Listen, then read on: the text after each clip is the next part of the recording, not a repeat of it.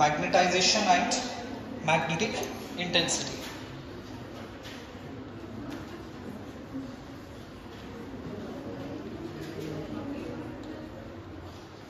Magnetization and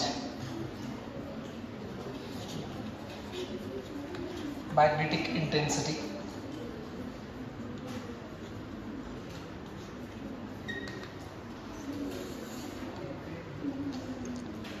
Magnetization ಅನ್ನ ನಾವು capital M ನಿಂದ ರಿಪ್ರೆಸೆಂಟ್ ಮಾಡ್ತೀವಿ.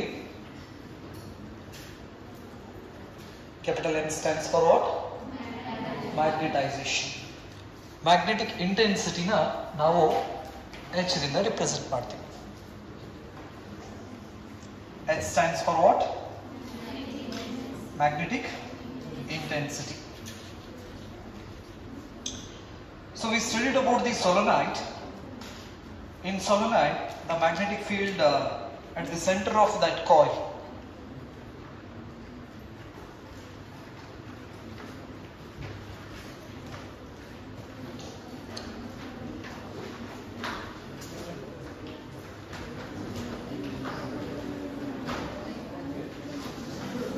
what is this?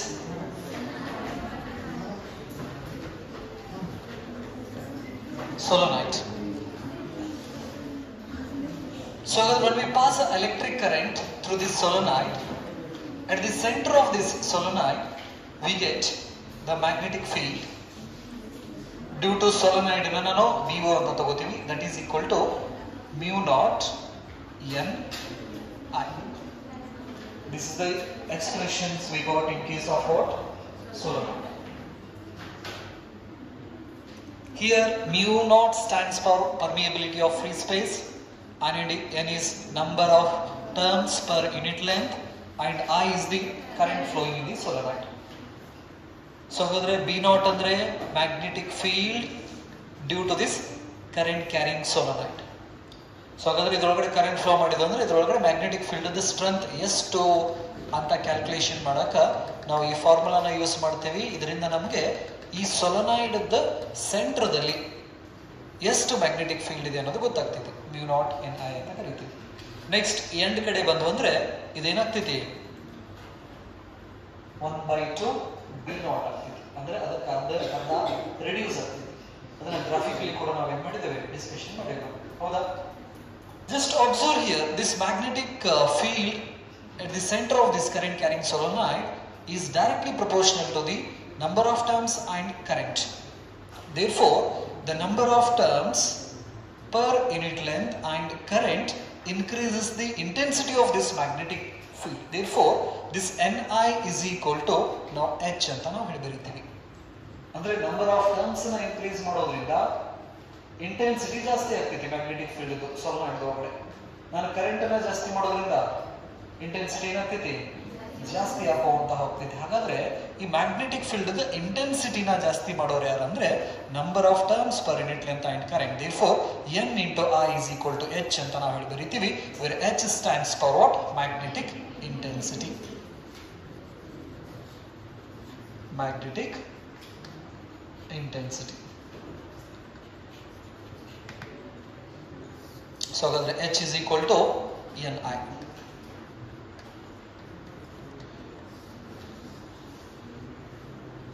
ಇದು ಕರೆಂಟ್ ನ ಕಾನ್ಸೆಪ್ಟ್ ಅನ್ನು ತಗೊಂಡು ನಾವು ಮ್ಯಾಗ್ನೆಟಿಕ್ ಫೀಲ್ಡ್ ಸ್ಟ್ರೆಂತ್ ಮತ್ತು ಮ್ಯಾಗ್ನೆಟಿಕ್ ಇಂಟೆನ್ಸಿಟಿನ ಡಿಸ್ಕಷನ್ ಮಾಡೋಣ. So in a moving charges and magnetism, we studied a moving charge produces a magnetic field and a revolving electron behaves like a magnetic dipole. So ಹಾಗಾದ್ರೆ ಒಂದು electron nucleus ಸುತ್ತಲೂ ಸುತ್ತಾಕತ್ತಿತ್ತಂದ್ರೆ ಆ electron current carrying circular loop ತರ behave ಮಾಡ್ತೈತಿ. Current carrying circular loop ನ ನಾವು magnetic ಡೈಪೋಲಿಕ್ example ನ ಕೊಡ್ತೀವಿ. ಅದೇ ರೀತಿ a revolving electron is the example for magnetic dipole because it produces a north pole and south pole. ಹಾಗಾದ್ರೆ ಇದೇನಾದ್ರೂ ಆಂಟಿ ಕ್ಲಾಕ್ ವೈಸ್ ರೊಟೇಟ್ ಆಗಕತ್ತಂದ್ರೆ ಎಲೆಕ್ಟ್ರಾನ್ ಯಾವ ಪೋಲ್ ಅನ್ನ ಪ್ರೊಡ್ಯೂಸ್ ಮಾಡ್ತೈತಿ? To get the direction of the magnetic field we use a right hand rule. So ಹಾಗಾದ್ರೆ ಇದು anticlockwise electron ಹಿಂಗ್ revolve ಆಗಕತ್ತಂದ್ರೆ ಮ್ಯಾಗ್ನೆಟಿಕ್ ಫೀಲ್ಡ್ ಔಟ್ವರ್ಡ್ ಬರ್ತೈತಿ. ಹಾಗಾದ್ರೆ outside the magnetic field lines are from north pole to south pole. So ಹಾಗಾದ್ರೆ ಇಲ್ಲಿಂದ magnetic field ಹೊರಗೆ ಬರ್ತಾ ಇದೆ ಅಂದ್ರೆ ಈ ಎಲೆಕ್ಟ್ರಾನ್ ಈ ಸೈಡಿಗೆ ಯಾವ ಪೋಲ್ ಅನ್ನ ಪ್ರೊಡ್ಯೂಸ್ ಮಾಡ್ತಾ ಇದೆ? ನಾರ್ತ್ ಪೋಲ್ ಅನ್ನ ಪ್ರೊಡ್ಯೂಸ್ ಮಾಡ್ತಾ ಇದೆ. ಹೌದಾ? North pole, right. ಸೊ ಹಾಗಾದ್ರೆ ಆಂಟಿ ಕ್ಲಾಕ್ ವೈಸ್ ಇತ್ತಂದ್ರೆ ಇದು ನಾರ್ತ್ ಪೋಲ್ ಪ್ರೊಡ್ಯೂಸ್ ಮಾಡಿದ್ರೆ, ಸಪೋಸ್ ಒಂದು ವೇಳೆ ಇದೇ ಕ್ಲಾಕ್ ವೈಸ್ ರೊಟೇಟ್ ಆಗಕತ್ತಿತ್ತಂದ್ರೆ ಯಾವ ಪೋಲ್ ಪ್ರೊಡ್ಯೂಸ್ ಮಾಡ್ತೈತಿ? ಸೌತ್ ಪೋಲ್ ಪ್ರೊಡ್ಯೂಸ್ ಮಾಡ್ತೈತಿ. ಸೊ ಹಾಗಾದ್ರೆ ಇದು ಈ ಸಿಚುವೇಶನ್ ಮತ್ತೆ ಕರೆಂಟ್ ಕ್ಯಾರಿಯಿಂಗ್ ಸರ್ಕ್ಯುಲರ್ ಕಾಯಿಲ್ ಇದೆ ಅಲ್ಲ, ಇದರಲ್ಲಿ ಕರೆಂಟ್ ಅನ್ನ ನಾನು ಆಂಟಿ ಕ್ಲಾಕ್ ವೈಸ್ ಫ್ಲೋ ಮಾಡಿದ್ರೆ ಈ ಕಡೆ ನಾರ್ತ್ ಪೋಲ್, ಕರೆಂಟ್ ಅನ್ನ ಕ್ಲಾಕ್ ವೈಸ್ ಫ್ಲೋ ಮಾಡಿದ್ರೆ ಸೌತ್ ಪೋಲ್. So ಹಾಗಾದ್ರೆ if I increase, current is nothing but what? That is the rate of flow of electric charge is called what? Electric current ಅಂತ ನಾವು ಕರಿತೀವಿ. Rate of flow increase ಆಯ್ತಂದ್ರೆ current increase ಆಗೈತಿ ಅಂತ ಕರಿತೀವಿ ನಾವು. ಹೌದಾ? Rate of flow increase ಆಗೋದಂದ್ರೆ ಏನು? ಇದರದ ವೆಲಾಸಿಟಿ ಜಾಸ್ತಿ ಆಗೋದು. ಸೊ ಹಾಗಾದ್ರೆ ವೆಲಾಸಿಟಿ ಜಾಸ್ತಿ ಆಯ್ತಂದ್ರೆ ಕರೆಂಟ್ ಜಾಸ್ತಿ ಆಗೈತೆ ಅಂತ ಹೇಳ್ತೀವಿ. ಕರೆಂಟ್ ಜಾಸ್ತಿ ಆಗೈತೆ ಅಂದ್ರೆ ಮ್ಯಾಗ್ನೆಟಿಕ್ ಇಂಟೆನ್ಸಿಟಿ ಜಾಸ್ತಿ ಆಗೈತಿ ಅಂತ ಹೇಳ್ತೀವಿ. ಅಂದ್ರೆ ಈ revolving electron magnetic pole strength ನ ಇನ್ಕ್ರೀಸ್ ಮಾಡ್ಕೋಬೇಕಂದ್ರೆ ಅದರದ ವೆಲಾಸಿಟಿನ ಇನ್ಕ್ರೀಸ್ ಮಾಡ್ಕೊಳ್ಳೋದು, ಡಿಕ್ರೀಸ್ ಮಾಡ್ಕೊಳ್ಳೋದ್ರಿಂದ ಮ್ಯಾಗ್ನೆಟಿಕ್ ಫೀಲ್ಡ್ ಸ್ಟ್ರೆಂತ್ ನಾನು ಏನ್ ಮಾಡ್ತೈತಿ? ಇನ್ಕ್ರೀಸ್ ಅಥವಾ ಡಿಕ್ರೀಸ್ ಮಾಡ್ತೈತಿ. ರೈಟ್? ಸೊ ಹಾಗಾದ್ರೆ this due to this rotational motions or revolution around this nucleus can increase or decrease the strength of the magnetic dipole and dipole moment. So ಹಾಗಾದ್ರೆ magnetic dipole ಅಥವಾ dipole moment of strength increase ಮಾಡ್ಕೋಬೇಕಂದ್ರೆ ಇದು rotational motion ಮಾಡಬೇಕಾದ್ರೆ ಅದರ ವೆಲಾಸಿಟಿನ increase ಅಥವಾ decrease ಮಾಡ್ಕೊಳ್ಳೋದ್ರಿಂದ magnetic field strength ನ ಅದೇನ್ ಮಾಡ್ತೈತಿ?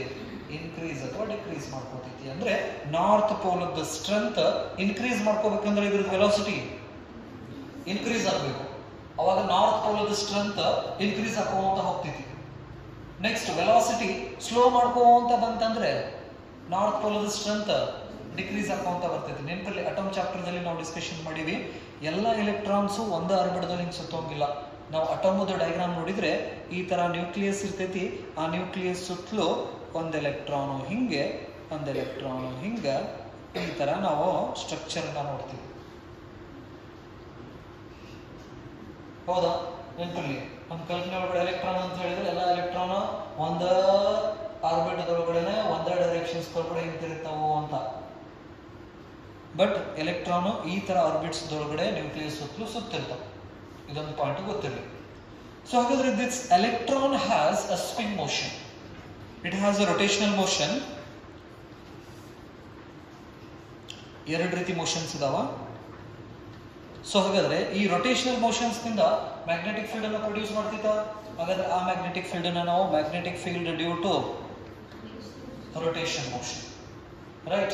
Next, these electrons revolve around their own axis. That is called a spin ಅಂತ ನಾವು ಕರೀತೀವಿ. ಈ ಹೆಂಗೆ ಭೂಮಿ ಸೂರ್ಯನ ಸುತ್ತಲೂ ಸುತ್ತೈತಿ, ಅದರ ಜೊತೆಗೆ ತನ್ನನ್ನ ತಾನು ಸುತ್ತೋತೈತಿ, ಅದೇ ತರ ಈ ಎಲೆಕ್ಟ್ರಾನ್ ನ್ಯೂಕ್ಲಿಯಸ್ ಸುತ್ತಲೂ ಸುತ್ತೋದ್ರ ಜೊತೆಗೆ ಎಲೆಕ್ಟ್ರಾನ್ ತನ್ನನ್ನ ತಾನು ಸುತ್ತಿರ್ತೈತಿ. ಅದಕ್ಕೆ ನಾವು ಸ್ಪಿನ್ ಮೋಷನ್ ಅಂತ ಕರಿತೀವಿ. The electron revolves around itself is called what? Spin motion. So ಹಾಗಾಗಿ a revolving electron has two motion. One is rotational motion and another one is spin motion. So ಹಾಗಾದ್ರೆ ಅದು ತನ್ನ axis ದಲ್ಲಿ, this is the axis ದಲ್ಲಿ ಒಂದು motion ಅನ್ನ ಮಾಡ್ತೈತೆ. ಅದಕ್ಕೆ ನಾವು ಸ್ಪಿನ್ ಮೋಷನ್ ಅಂತ ಕರಿತೀವಿ. ಯಾವ ಮೋಷನ್ ಅಂತ ಕರೀತೀರಾ? ಸ್ಪಿನ್ ಮೋಷನ್ ಅಂತ ಕರಿತೀವಿ. ನೆನಪು. This spin motion is an intrinsic property, therefore we can't change this spin motion. So ಹಾಗಾದ್ರೆ ಈ ಸ್ಪಿನ್ ಮೋಷನ್ ಇಂಟ್ರಿನ್ಸಿಕ್ ಪ್ರಾಪರ್ಟಿ ಆಗಿರೋದ್ರಿಂದ ಬಾಯಿ ಬರ್ತಾ ಬಂದ್ಬಿಟ್ಟಿರ್ತದೆ ಅಂತ ಹೇಳ್ತಾರೆ ನೋಡ್ರಿ, ಮನ್ಯಾಗ ಹುಟ್ಟು ಗುಣ ಸುಟ್ರು ಹೋಗಂಗಿಲ್ಲ, ಬಟ್ ಬಿಡ ಅವ್ರನ್ನ ಅಂತ ಹೇಳ್ತಾನೆ. ಅವನೇನ್ ಚೇಂಜ್ ಮಾಡಕ್ ಆಗಂಗಿಲ್ಲ, ಅದ ಅವ್ರ ಅಪ್ಪನಿಂದ ಬಂದಿದ್ದೆ, ಅವ್ರ ಅಜ್ಜನಿಂದ ಬಂದಿದ್ದದ. ಸೊ ಹುಟ್ಟು ಗುಣ ಸುಟ್ರು ಹೋಗಂಗಿಲ್ಲ ಅಂತ ಹೇಳ್ತಾರೆ. ಹಂಗೆ ಪ್ರತಿಯೊಂದು ಪಾರ್ಟಿಕಲ್ಸ್ ಬರಬೇಕಾದ್ರೆ ಅವ್ರದ್ದು ಒಂದು ಹುಟ್ಟು ಗುಣ ತಗೊಂಡ್ ಬಂದಿರ್ತೈತಿ. ಅದರಲ್ಲಿ ಈ ಎಲೆಕ್ಟ್ರಾನ್ ಸ್ಪಿನ್ ಕೂಡ ಒಂದು. ಆಲ್ರೆಡಿ ಅದರದ್ದು ಇನ್ನೊಂದು ಗುಣ ಸ್ಟಡಿ ಮಾಡ್ಯಾರ, ಚಾರ್ಜ್ ಅಂತ ಹೇಳಿ. ಅದನ್ನು ನಾವು ಏನ್ ಮಾಡಕ್ಕಾಗಂಗಿಲ್ಲ, ಚೇಂಜ್ ಮಾಡಕ್ ಆಗೋಂಗಿಲ್ಲ. 1.6 × 10⁻⁹ ಅದರ ವ್ಯಾಲ್ಯೂ ಅದು, ಹೌದಿಲ್ಲ? ಹಾಗಾಗಿ charge is the intrinsic property of the fundamental particle and spin is the intrinsic property of the fundamental particle. Due to the spin motion it produces a magnetic field. ಯಾಕಂದ್ರೆ charge motion ಬಂತಂದ್ರೆ ಏನ್ produce ಮಾಡ್ತೈತಿ? Magnetic field produce ಮಾಡ್ತೈತಿ. ಹಾಗಾದ್ರೆ electron ತನ್ನನ್ನ ಸುತ್ತುಕೊಳ್ಳೋದ್ರಿಂದ electric field ನ produce ಮಾಡ್ತೈತಿ. ಅದಕ್ಕೆ ನಾವು that is a magnetic field. Electric field ಜೊತೆಗೆ ಮ್ಯಾಗ್ನೆಟಿಕ್ ಫೀಲ್ಡ್ ಕೂಡ ಪ್ರೊಡ್ಯೂಸ್ ಮಾಡ್ತೈತಿ. ಅದು ಚಾರ್ಜ್ ಇದೆ ಅಂದ್ರೆ ಎಲೆಕ್ಟ್ರಿಕ್ ಫೀಲ್ಡ್ ಬರ್ತೈತಿ, ಮ್ಯಾಗ್ನೆಟಿಕ್ ಫೀಲ್ಡ್ ಬರ್ತೈತಿ. Due to this spin motion it produces a magnetic field. That magnetic field is called what? Spin magnetic field. Rotational motion ಇಂದ magnetic field produce ಆಗ್ತೈತಿ, ನೆನಪಿರ್ಲಿ. ಸ್ಪಿನ್ ಮೋಷನ್ ಇಂದ magnetic field produce ಆಗ್ತೈತಿ. ಹಾಗಾದ್ರೆ ಯಾವ magnetic field ಅನ್ನ ನಾವು change ಮಾಡಕ್ ಆಗೋಂಗಿಲ್ಲ? ಸ್ಪಿನ್ ದಿಂದ ಬರ್ತಕ್ಕಂತ ಮ್ಯಾಗ್ನೆಟಿಕ್ ಫೀಲ್ಡ್ ಅನ್ನ ನಾವು ಏನು ಮಾಡಕ್ ಆಗೋಂಗಿಲ್ಲ. ಬಟ್ ಯಾವುದನ್ನ ನಾವು ಚೇಂಜ್ ನೋಡಬಹುದು? ರೊಟೇಷನಲ್ ಮೋಷನ್ಸ್ ಇಂದ ಬರ್ತಕ್ಕಂತ ಫೀಲ್ಡ್ ಚೇಂಜಸ್ ಆಗೋದನ್ನ ನಾವು ಅಬ್ಸರ್ವ್ ಮಾಡಬಹುದು by increasing or decreasing the velocity of this revolving electron. ಈ ರಿವಾಲ್ವಿಂಗ್ ಎಲೆಕ್ಟ್ರಾನ್ ವೆಲಾಸಿಟಿನ ಇನ್ಕ್ರೀಸ್ ಅಥವಾ ಡಿಕ್ರೀಸ್ ಮಾಡೋದ್ರಿಂದ ನಾವು ಮ್ಯಾಗ್ನೆಟಿಕ್ ಫೀಲ್ಡ್ ರೊಟೇಷನಲ್ ಮೋಷನ್ ಇಂದ ಬರ್ತಕ್ಕಂಥ ಮ್ಯಾಗ್ನೆಟಿಕ್ ಫೀಲ್ಡ್ ವ್ಯಾಲ್ಯೂಸ್ ನ ವೇರಿಯೇಷನ್ಸ್ ನಾವು ಅಬ್ಸರ್ವ್ ಮಾಡಬಹುದು. ಬಟ್ ಸ್ಪಿನ್ ಮೋಷನ್ ಇಂದ ಬರೋದಿಲ್ಲ. ಹಾಗಾದ್ರೆ ಒಂದು ಅಟಮ್ ದಿಂದ ನಮಗೆ ಮ್ಯಾಗ್ನೆಟಿಕ್ ಫೀಲ್ಡ್ ಎದರಿಂದ ಸಿಗ್ತಿತ್ತಂದ್ರೆ the total magnetic field in the material. ಇದು ನಾನು ಒಂದು ಅಟಮ್ ಅಂತ ಹೇಳ್ತಾ ಇದ್ದೀನಿ. The collection of atom is nothing but what? Material. Collection of matter or group of atoms. ಏನಂತ ಹೇಳ್ತೀವಿ ಅದಕ್ಕೆ? ಮಟೀರಿಯಲ್ ಅಂತ ನಾವು ಕರಿತೀವಿ. ಈ ಚಾಪೀಸ್ ಅಂತ ಹೇಳಿದ್ರೆ ಇದ್ರೊಳಗಡೆ ಅಟಮ್ಸ್ ಇದಾವಲ್ಲ, ಕಲೆಕ್ಷನ್ ಆಫ್ ಅಟಮ್ಸ್ ಅಂತ ಹೇಳ್ತೀವಿ ನಾವು, ಗ್ರೂಪ್ ಆಫ್ ಅಟಮ್ಸ್ ಅಂತ ನಾವು ಕರಿತೀವಿ. So here I am talking about one single atom. So if I consider a group of atoms, point ಅರ್ಥ ಆಗ್ತಾ ಇದೆನಾ? ಸರಿ, ಹಾಗಾದ್ರೆ ಸಿಂಗಲ್ ಅಟಮ್ ದಿಂದ ನಮಗೆ ಟೋಟಲ್ ಮ್ಯಾಗ್ನೆಟಿಕ್ ಫೀಲ್ಡ್ ಬರೋದು the total magnetic field. Total magnetic field ಅನ್ನು ನಾವೇನ್ ಬರೀಬಹುದು? It is the sum of magnetic field due to rotational motion plus a magnetic field due to spin motion. So ಹಾಗಾದ್ರೆ ಒಂದು ಅಟಮ್ದಲ್ಲಿ ಆ ಅಟಮ್ದು total magnetic field ಎದರ ಮೊತ್ತಕ್ಕೆ ಸಮ ಇರ್ತೈತಿ? rotational motion ಇಂದ ಬಂದಂತ ಮ್ಯಾಗ್ನೆಟಿಕ್ ಫೀಲ್ಡ್ ಮತ್ತು ಸ್ಪಿನ್ ಮೋಷನ್ ಇಂದ ಬಂದಂತ ಮ್ಯಾಗ್ನೆಟಿಕ್ ಫೀಲ್ಡ್ ಎರಡರದು ಸಮ ಏನಿರ್ತೈತಿ? ಈಕ್ವಲ್ ಆಗಿರ್ತೈತಿ. ಹಾಗಾದ್ರೆ ಎಲ್ಲಾ ಮಟೀರಿಯಲ್ಸ್ ದಲ್ಲಿನೂ ಕೂಡ ಎಲೆಕ್ಟ್ರಾನ್ಸ್ ರಿವಾಲ್ವ್ ಆಗ್ತಾ ಇದಾವೋ? ಕೆಲವೊಂದಿಷ್ಟು ಮಟೀರಿಯಲ್ಸ್ ಮ್ಯಾಗ್ನೆಟಿಕ್ ಪ್ರಾಪರ್ಟಿನ ಶೋ ಮಾಡಿದ್ರೆ ಇನ್ ಕೆಲವೊಂದಿಷ್ಟು ಮ್ಯಾಗ್ನೆಟಿಕ್ ಪ್ರಾಪರ್ಟಿನ ಶೋ ಮಾಡ್ತಾ ಇಲ್ಲ. ಮ್ಯಾಗ್ನೆಟಿಕ್ ಪ್ರಾಪರ್ಟಿ ಅಂದ್ರೆ ಅಟ್ರಾಕ್ಟಿವ್ ಅಂಡ್ ಡೈರೆಕ್ಷನಲ್ ಪ್ರಾಪರ್ಟಿ. ಚಾಪಿಸ್ ಫಾರ್ ಎಕ್ಸಾಂಪಲ್, ಇದು ಏನ್ ಮಾಡ್ತೈತಿ? ಐರನ್ ನೀಲ್ಸ್ ಅನ್ನ ತಗೊಂಡು ಹೋದ್ರೆ ಗಪ್ನ ಹಿಡ್ಕೊಂಡ್ಬಿಡ್ತೈತಿ. ಹಿಡಿತಿದ್ದ? ಹಿಡ್ಕೊಳ್ಳೋದಿಲ್ಲ. ಅಂದ್ರೆ ಇದು ಮ್ಯಾಗ್ನೆಟಿಕ್ ಪ್ರಾಪರ್ಟಿನ ಶೋ ಮಾಡಾಕತ್ತಿಲ್ಲ. ಬಟ್ ಇದು ಕೂಡ ಅಟಮ್ಸ್ ನಿಂದನೇ ಆಗೈತಲ್ಲ, ಅಟಮ್ಸ್ ನಿಂದ ಆಗೈತಿಲ್ಲ. ಹಾಗಾದ್ರೆ ಇದು ಅಟಮ್ಸ್ ನಿಂದ ಆಗೈತಂದ್ರೆ ಇದರಲ್ಲಿ ಕೂಡ ಮ್ಯಾಗ್ನೆಟಿಕ್ ಫೀಲ್ಡ್ ಪ್ರೊಡ್ಯೂಸ್ ಆಗ್ತಾ ಇದೆ ಪ್ರತಿಯೊಂದು ಅಟಮ್ಸ್ ನಿಂದ. ಹಾಗಾದ್ರೆ ಇದೇ ಮ್ಯಾಗ್ನೆಟಿಕ್ ಪ್ರಾಪರ್ಟಿನ ಶೋ ಮಾಡ್ತಾ ಇಲ್ಲ ಅಂತ ಹೇಳಿ ನಾವು ನೋಡ್ಕೊಂತ ಹೋದಾಗ, ರೈಟ್, ಎಲೆಕ್ಟ್ರಾನ್ ಏನಿದೆಯಲ್ಲ, ರೊಟೇಷನಲ್ ಮೋಷನ್ಸ್ ನಿಂದ ಬರ್ತಕ್ಕಂತಹ ಮ್ಯಾಗ್ನೆಟಿಕ್ ಫೀಲ್ಡ್ ಡೈರೆಕ್ಷನ್ ಒಂದಿದ್ರೆ, ಸ್ಪಿನ್ ಇಂದ ಬರ್ತಕ್ಕಂಥ ಮ್ಯಾಗ್ನೆಟಿಕ್ ಫೀಲ್ಡ್ ಡೈರೆಕ್ಷನ್ ಅದರ ಅಪೋಸಿಟ್ ದಲ್ಲಿ ಜನರೇಟ್ ಆಗಿರ್ತೈತಿ. ಹಾಗಾಗಿ ಒಂದು atom magnetic field due to rotational motion and magnetic field due to spin motion equal and opposite ದಲ್ಲಿ ಜನರೇಟ್ ಆಗೋದ್ರಿಂದ the net magnetic field or the total magnetic field becomes zero. So ಹಾಗಾಗಿ ಯಾವ್ದಾವುದು material ದಲ್ಲಿ nut magnetic field zero ಆಗ್ತಾ ಇದೆ ಅಥವಾ nut magnetic dipole moment zero ಆಗ್ತಾ ಇದೆ ಅಲ್ಲ, ಅಂತ ಮಟೀರಿಯಲ್ಸ್ ಮ್ಯಾಗ್ನೆಟಿಕ್ ಪ್ರಾಪರ್ಟಿನ ಶೋ ಮಾಡೋಂಗಿಲ್ಲ. ಓಕೆ, ನಾವು ನಾನ್ ಮ್ಯಾಗ್ನೆಟಿಕ್ ಮಟೀರಿಯಲ್ಸ್ ಅಂತ ಕರೀತೀವಿ, ನಾನ್ ಮ್ಯಾಗ್ನೆಟಿಕ್ ಮಟೀರಿಯಲ್ಸ್. ಸೊ ಇದನ್ನ ಆಮೇಲೆ ನೋಡ್ಕೊಳ್ಳೋಣ. ಬಟ್ ಗೊತ್ತಿರಲಿ ನಮಗೆ, ಈ plastic, wood, glass, these are not a non-magnetic materials, right? These materials are not showing magnetic properties because the net magnetic dipole moment of each atom is equal to what? Zero. One atom of the magnetic dipole moment is zero agaytandre a material is nothing but what? That is a group of atoms. One atom of the zero, ಇನ್ನೊಂದು atom of the 0 0 0 0 ಕೂಡಿಸಿದ್ರೆ ಅಷ್ಟು ಆ material ಅಂತ magnetic dipole moment 0 ಆಗ್ಬಿಡ್ತೈತಿ. ಹಾಗಾಗಿ ಆ material magnetic behaviour ನ ತೋರಿಸೋದಿಲ್ಲ. Point clear? ಸರಿ, ಅವ್ರ ಕುರಿತು ಇಂಟರ್ ಅಟಾಮಿಕ್ ಫೋರ್ಸ್ ಏನಾದ್ರೂ ಸ್ಟ್ರಾಂಗ್ ಆಗಿತ್ತಂದ್ರೆ, ಇಂಟರ್ ಅಟಾಮಿಕ್ ಫೋರ್ಸ್ ಸ್ಟ್ರಾಂಗ್ ಆಗಿತ್ತಂದ್ರ ಅಂತ ಮೆಟೀರಿಯಲ್ಸ್ ನಾವು ಯಾವತ್ತೂ ಮ್ಯಾಗ್ನೆಟ್ ಮಾಡಕ್ ಯೂಸ್ ಮಾಡ್ಕೊಳ್ಳೋಂಗಿಲ್ಲ. ಅಂದ್ರೆ ಫಿಕ್ಸ್ ಬೇಕಾದಂತ ಫೋರ್ಸ್ ಹಾಕಿದ್ರು ನಿಸ್ಗಂಗಿಲ್ಲ, ಚೇಂಜ್ ಆಗೋಂಗಿಲ್ಲ. ಅವ್ರದನ್ನ ಗುಣ ಏನ್ ಮಾಡ್ತಿರ್ತಾವ, ಫಾಲೋ ಮಾಡ್ತಿರ್ತಾವ. ನಮ್ ಸುತ್ತಮುತ್ತಲು ಇರ್ತಾರ, ಬೇಕಾದಷ್ಟು ಹೇಳ್ರಿ, ಬೇಕಾದಷ್ಟು ಹೊಡಿರಿ ಬಡಿರಿ, ಮತ್ತು ಅವ್ರ ಚಾಳಿನ ಬಿಡೋಂಗಿಲ್ಲ. ಅರ್ಥ ಇಲ್ಲ? ಕೆಲವೊಂದಿಷ್ಟು ಜನಕ್ಕ ಬರೇ ಕಣ್ಲಿ ಹಿಂಗ್ ನೋಡಿದ್ರೆ ಸಾಕ ಚೇಂಜ್ ಆಗುತ್ತ, ಕೆಲವೊಂದಿಷ್ಟು ಜನಕ್ಕ ಬೇದ್ರ ಚೇಂಜ್ ಆಕಾರ, ಕೆಲವೊಂದಿಷ್ಟು ಜನಕ್ಕ ಹೊಡೆದ್ರ ಚೇಂಜ್ ಆಕಾರ, ಇನ್ ಕೆಲವೊಂದಿಷ್ಟು ಜನಕ್ಕ ಅಷ್ಟು ಮಾಡಿದ್ರು ಚೇಂಜ್ ಆಗ. ಈ ನೇಚರ್ ಅನ್ನ ನಾವು ಮಟೀರಿಯಲ್ ಅಲ್ಲಿ ಕೂಡ ನೋಡ್ತೀವಿ. ನೆನಪಲ್ಲಿ ಈ ತರ ನೇಚರ್ ಏನಿದೆಲ್ಲ ನಮ್ಮಲ್ಲಿ ಅಷ್ಟಲ್ಲ, ಇದೇ nature because we are also made up of what atoms. Atom ಯಾವ ತರ ಬಿಹೇವ್ ಮಾಡ್ತಾವಲ್ಲ ಅದ ನೇಚರ್ ನಮ್ಮ ಒಳಗಡೆ ಐತಿ. ನಾವು ಕೂಡ ಅಟಮ್ಸ್ ದಿಂದ ನಾವು ನೆನಪಿರ್ಲಿ, ರೈಟ್? ಸರಿ, ಸೊ ಹಾಗಾದ್ರೆ ಇದು ನಾನ್ ಮ್ಯಾಗ್ನೆಟಿಕ್ ಮಟೀರಿಯಲ್ಸ್ ಬಗ್ಗೆ ಇಷ್ಟು ಗೊತ್ತಿರಲಿ. ಈಗ ನಾನು ಈ ತರ ಅಟಮ್ಸ್ ಈಗ ಡೈಪೋಲ್ ಮೂಮೆಂಟ್ಸ್, ರೊಟೇಷನಲ್ ಮೋಷನ್ ಇಂದ ಬರ್ತಕ್ಕಂಥ ಡೈಪೋಲ್ ಮೂಮೆಂಟ್ ಮತ್ತೆ ಸ್ಪಿನ್ ಇಂದ ಬರ್ತಕ್ಕಂಥ ಡೈಪೋಲ್ ಮೂಮೆಂಟ್, ಅವಕರಿಂದ ಸಿಗ್ತಕ್ಕಂಥ magnetic, that is magnetic field, ಎರಡು ಏನಾದ್ರೂ ಒಂದೇ ಡೈರೆಕ್ಷನ್ ಸಿಗಿದ್ವು ಅಂದ್ರೆ, ಕೆಲವೊಂದಿಷ್ಟು ಮೆಟೀರಿಯಲ್ಸ್ ಅಲ್ಲಿ ಸಿಗ್ತಿತ್ತು ನಮಗೆ ಈ ತರ, this is the magnetic field due to rotational motion and this is the magnetic field due to spin motion. ಹಿಂಗಿರ್ಬೋದು, ಎರಡು ಒಂದೇ ಡೈರೆಕ್ಷನ್ ಇರ್ಬೋದು, ಅಥವಾ ನಮಗೆ ಬೇರೆ ಬೇರೆ ಡೈರೆಕ್ಷನ್ಸ್ ದಲ್ಲಾದ್ರೂ ಬರ್ಬೋದು. Rotational motion, spin motion. With the help of the parallelogram law of vector addition we get what resultant vector. So ಹಾಗಾದ್ರೆ ಇವೆರಡು ವೆಕ್ಟರ್ದು ರಿಸಲ್ಟ್ ಸಿಗ್ತತಿಲ್ಲ ನಮಗೆ, ಪ್ಯಾರಲೋಗ್ರಾಮ್ ಹಿಂಗ್ ಹಾಕಿದ್ರೆ ಸಿಗ್ತಿದ್ದ. ಅಂದ್ರೆ ಈ ತರ ಬಂದ್ರು ನಾವು ಮ್ಯಾಗ್ನೆಟಿಕ್ ಡೈಪೋಲ್ ಮೂಮೆಂಟ್ ಅನ್ನ ಅಬ್ಸರ್ವ್ ಮಾಡಬಹುದು. ನೆಕ್ಸ್ಟ್ ಈ ತರ ಇದ್ರೂ ಕೂಡ ನಮಗೆ ರಿಸಲ್ಟೆಂಟ್ ಡೈಪೋಲ್ ಮೂಮೆಂಟ್ ಸಿಗ್ತೈತಿ ನೆನಪಲ್ಲಿ. ಸೊ ಅಂದ್ರೆ ಯಾವ ಮಟೀರಿಯಲ್ದಲ್ಲಿ the magnetic dipole moment due to rotational motion and spin motions ಎರಡೂ ಒಂದೇ ಡೈರೆಕ್ಷನ್ ಸಿಗಿದ್ದು ಅಂದ್ರೆ ಆ ಮಟೀರಿಯಲ್ ಮ್ಯಾಗ್ನೆಟಿಕ್ ಬಿಹೇವಿಯರ್ ನ ತೋರಿಸ್ತೈತಿ. ಸೊ ಅಂದ್ರೆ ಹೆಂಗಂದ್ರೆ ಎಲೆಕ್ಟ್ರಾನು ಸುತ್ತೈತಿ. ಈಗ ಇದನ್ನ ನಾನು ಸ್ವಲ್ಪ ಒಂದು ದೊಡ್ಡ ಎಲೆಕ್ಟ್ರಾನ್ ಅಂತ ಕನ್ಸಿಡರ್ ಮಾಡಿದ್ರೆ ಇದು ಎಲೆಕ್ಟ್ರಾನ್, ಹೌದಾ? ಸೊ ಹಾಗಾದ್ರೆ ಈ ಎಲೆಕ್ಟ್ರಾನ್ ಹಿಂಗ್ ಸುತ್ತಾ ಇದೆ, ಈ ಎಲೆಕ್ಟ್ರಾನ್ ಹಿಂಗ್ ಸುತ್ತಾಗತ್ತೈತದ, ಹಿಂಗ್ ಸುತ್ತಾಗತ್ತೈತೆ, ಹೌದಾ? ಇದು ಯಾವ ಮೋಷನ್? Rotational motion. ಸೊ ಹಾಗಾದ್ರೆ ರೊಟೇಷನಲ್ ಮೋಷನ್ ಆದ್ರೆ ಇದ್ರದ್ದು ಮ್ಯಾಗ್ನೆಟಿಕ್ ಡೈಪೋಲ್ ಮೂಮೆಂಟ್ ಅಥವಾ ಮ್ಯಾಗ್ನೆಟಿಕ್ ಫೀಲ್ಡ್ ಡೈರೆಕ್ಷನ್ಸ್ ನ ನಾವು ರೈಟ್ ಹ್ಯಾಂಡ್ ರೂಲ್ ಇಂದ ಪಡಿಬಹುದು.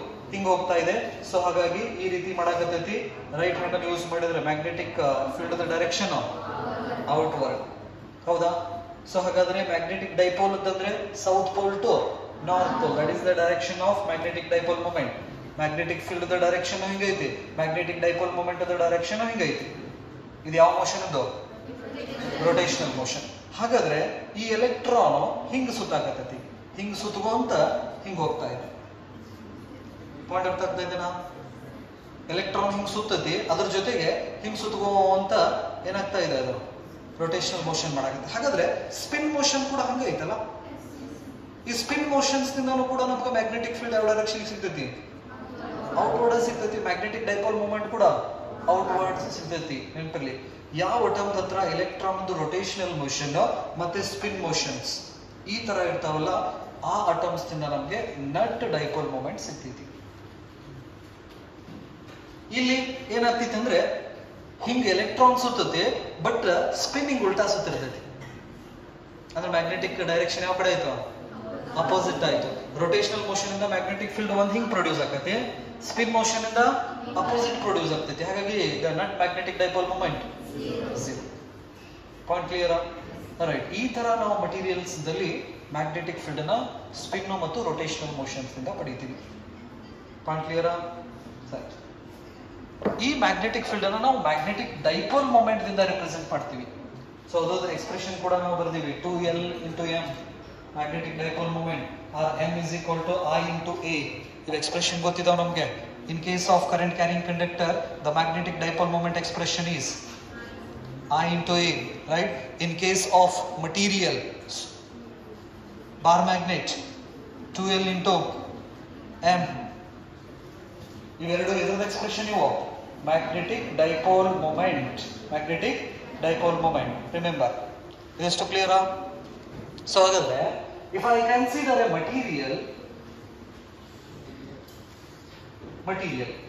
ಸೊ ಈ ತರ ನನಗೆ ರೊಟೇಷನಲ್ ಮೋಷನ್ ಮತ್ತು ಸ್ಪಿನ್ ಮೋಷನ್ಸ್ ನಿಂದ ಮ್ಯಾಗ್ನೆಟಿಕ್ ಡೈಪೋಲ್ ಮೊಮೆಂಟ್ ಸಿಗ್ತಕ್ಕಂಥ ಮಟೀರಿಯಲ್ ಅಂದ್ರೆ those are the material which shows the magnetic behaviour. In our surroundings we have a iron oxide ore that shows the magnetic behavior. ನಮ್ಮ ಸುತ್ತಮುತ್ತಲು ಈ magnetic iron oxide or ಅಂತ ಏನ್ ಹೇಳ್ತೀವಲ್ಲ, ಆ material attractive ಪ್ರಾಪರ್ಟಿನೂ ತೋರಿಸ್ತೈತಿ, directional ಪ್ರಾಪರ್ಟಿನೂ ತೋರಿಸ್ತೈತಿ.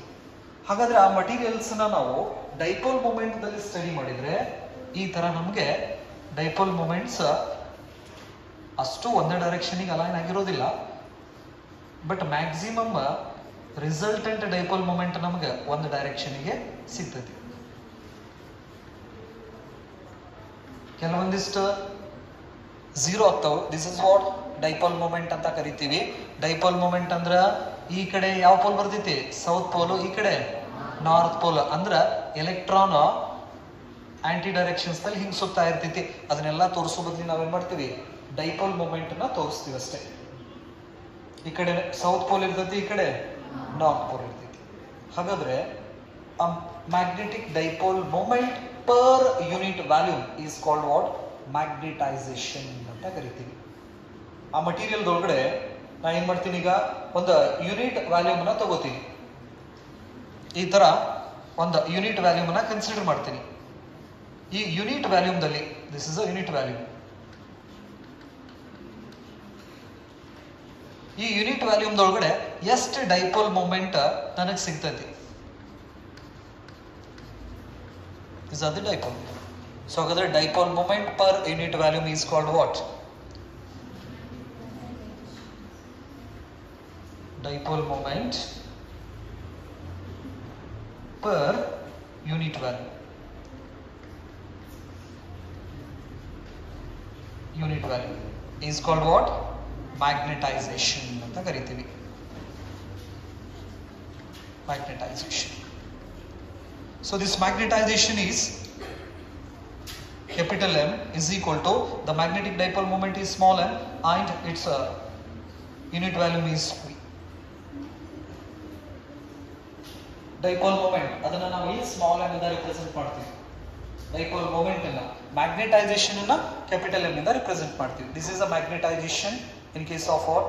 A material. Magnetization due to magnetic dipole moment. So ಹಾಗಾದ್ರೆ ಅಲ್ಲಿ ನಾವು ಕರೆಂಟ್ ಕಾನ್ಸೆಪ್ಟ್ ಅನ್ನ ಯೂಸ್ ಮಾಡಿ ಮ್ಯಾಗ್ನೆಟಿಕ್ ಡೈಪೋಲ್ ಮೂಮೆಂಟ್ ಅನ್ನ ನಾವು ಎಕ್ಸ್ಪ್ರೆಷನ್ ಮಾಡಿದ್ವಿ. ನೆಕ್ಸ್ಟ್ ಇಲ್ಲಿ ಮಟೀರಿಯಲ್ಸ್ ದಲ್ಲಿರ್ತಕ್ಕಂಥ ರಿವಾಲ್ವಿಂಗ್ ಎಲೆಕ್ಟ್ರಾನ್ಸ್ ನ ತಗೊಂಡು ನಾವು ಮ್ಯಾಗ್ನೆಟಿಕ್ ಡೈಪೋಲ್ ಮೂಮೆಂಟ್ಸ್ ನ ಹೇಳ್ತೀವಿ. ನೋಡಬರ್ದ್ರ? ಸೊ ಹಾಗಾದ್ರೆ ಒಂದು ಅಟೋಮ್ ದಿಂದ ಇನ್ನೊಂದು ಅಟೋಮ್ ಮಧ್ಯೆ ನಮಗೆ ಗ್ಯಾಪ್ ಸಿಗ್ತಿತ್ತ? ಹಂಗೆ ಸ್ಪೇಸ್ ಇರ್ತೈತಿ. ಸ್ಪೇಸ್ ಬಂತಪ್ಪ ಅಂತ ಹೇಳಿದ್ರೆ ಅಲ್ಲಿ ಮ್ಯಾಗ್ನೆಟಿಕ್ ಕ್ಯಾರೆಕ್ಟರಿಸ್ಟಿಕ್ ರೋಲ್ ಪ್ಲೇ ಮಾಡಕ್ ಸ್ಟಾರ್ಟ್ ಮಾಡ್ತೈತಿ. That is a permeability of free space.